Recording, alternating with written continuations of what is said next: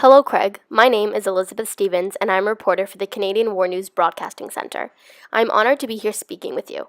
I appreciate all you and everyone else who fought for Canada in World War II has done. Thank you for being here with me today. To start this interview, could you please tell me a bit about yourself?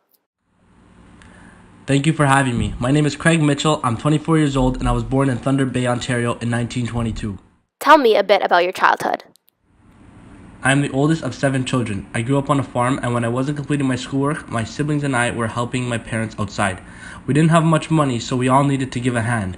I went to school at St. Bishop's Elementary School. I really liked school. I had good grades and I participated in lots of sports, my favorite being baseball.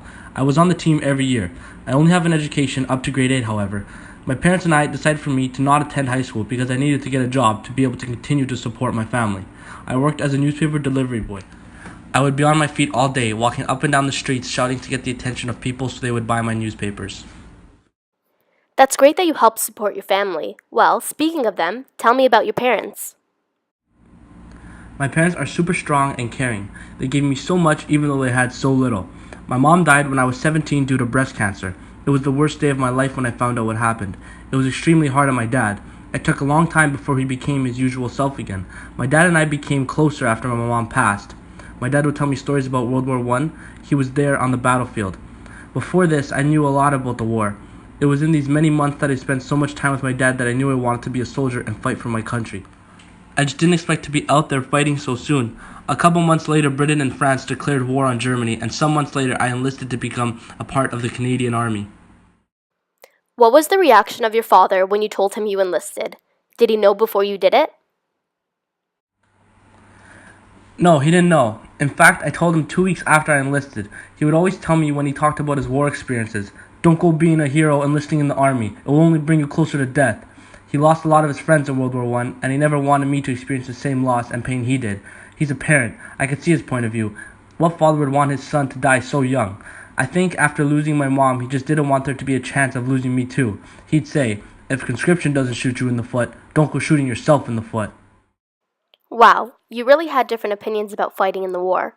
So what did he say when you told him? He sure did swear a lot. He was pretty angry for a couple of days, but in the end he supported me. He always did. How much training did you have before you left, and what was it like? A week after I told my dad, I went off to the training camps. I trained for a couple of months and then I was sent to France. Being really involved in sports as a kid, I had good cardio and a strong body, so I thought I would be okay, but it was so tough. I was surprised to see how mentally demanding it was. I was beat after a day of training and I couldn't wait to get to bed. I was pretty good at shooting though. I never knew I had such good aim. Yeah, it sure sounds very hard. What was it like when you got to France? The first bit was pretty slow. Myself and many other Allied soldiers patrolled the streets. When Hitler began launching attacks on us and using that damn blitzkrieg method, everything changed. We were doomed. The first attack on us was the first time I saw a friend of mine die. He was shot down right in front of me. It was that point when I knew what my dad was talking about. I'm so sorry about your friend. That really is something awful to see. What happened next?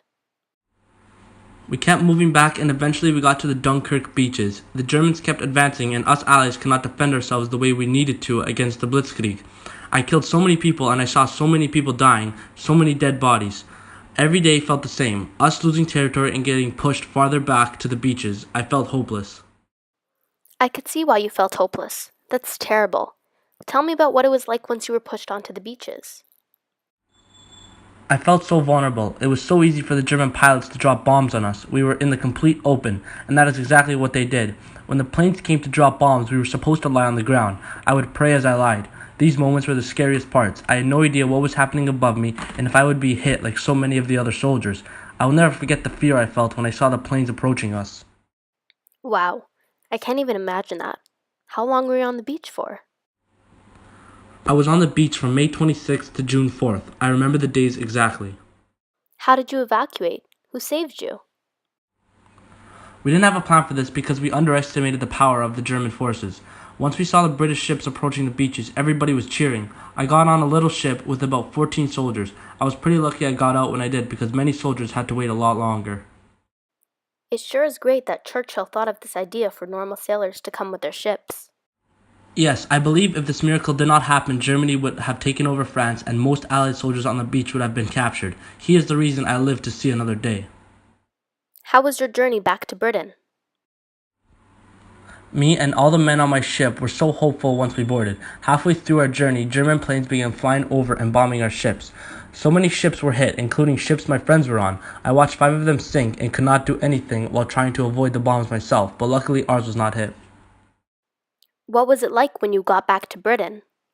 People were cheering for us and welcoming us in the streets. It felt amazing to feel love and support, but I could not forget the horror in my mind that I had witnessed. It must have been really hard to deal with all of it. I'm so sorry. Any final thoughts about Dunkirk? The evacuation of Dunkirk is a good example of expecting the unexpected. It started out with heavy losses on our side because of the German Blitzkrieg. The German forces surprised us and we were not ready for it. Thank God Hitler stalled his forces because that gave us some time to evacuate. I will never forget what I felt when I was on the beaches waiting to die. It didn't look good for the Allies. We all couldn't see the light at the end of the tunnel. I saw so many people die, many of them being my buddies, and it has changed me forever. Having said that, and it being 1 year after World War II ended, now in 1946, if World War III were to happen, would you enlist again? Yes, I would enlist to defend and honor my country again, even though I think war is pointless. War does not create peace. Places are in ruins and so many innocent civilians have died. The alliance system dragged so many countries into war, and I believe we should all have a peace treaty, even though this will never happen. In the end, there is never really a winner because there were so many casualties, suffering, damage, and debt for all sides. Thank you for being here today on behalf of the Canadian War News Broadcasting Centre. Your story inspires us all, and we greatly appreciate all you have done for Canada. You are truly a hero. Thank you for that. It really means a lot.